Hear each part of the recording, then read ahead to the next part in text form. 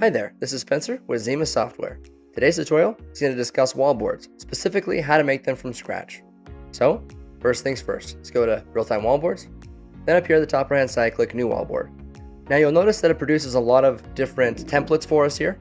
As you can see here, we're going to focus specifically on the custom aspect of wallboards rather than using a template, but templates are an option for you. Okay, I'm going to label this, just call this Custom Wallboard.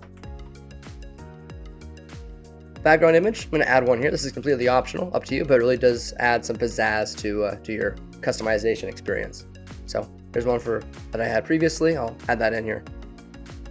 You can also just add a color, like a blank color background if you want to do that as well. That is an option.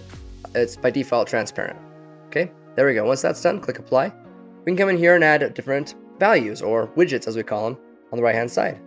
If I go ahead and add in, let's just say, a title value widget, a simple title value widget, allowing me to go through and add a specific metric to that as well. There are other videos showing you how to do this, but let me show you really quickly with the video pause what this looks like. Then I might want to put a leaderboard widget in here, like so. Notice that I changed the background color, I changed the header, I changed the font, I changed the rows and the color of the rows.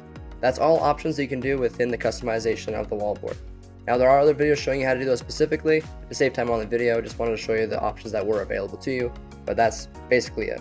And then the last thing here, though self-explanatory, is you can size these widgets to fit the space that you want. So aesthetically speaking or functionally speaking. So as an example, if I want to have more agents here, instead of just the 4 that I have in my system here, you want to probably expand that so it's a little bit wider, a little bit taller, if you will. That way you can see all of them rather than have to scroll, because if there are agents within the spot, you have to scroll down like that, see? So make sure that you fit it to size, and you can just do that by grabbing the corner of the arrows or just the sides and moving them the way you want. Okay, same thing with this little widget up here. You can size that as well. Now lastly, make sure you do this, is very important, is to save your work, right? Top right hand side, click save and exit. This puts you back to the main page here with the templates, and that's how it's done.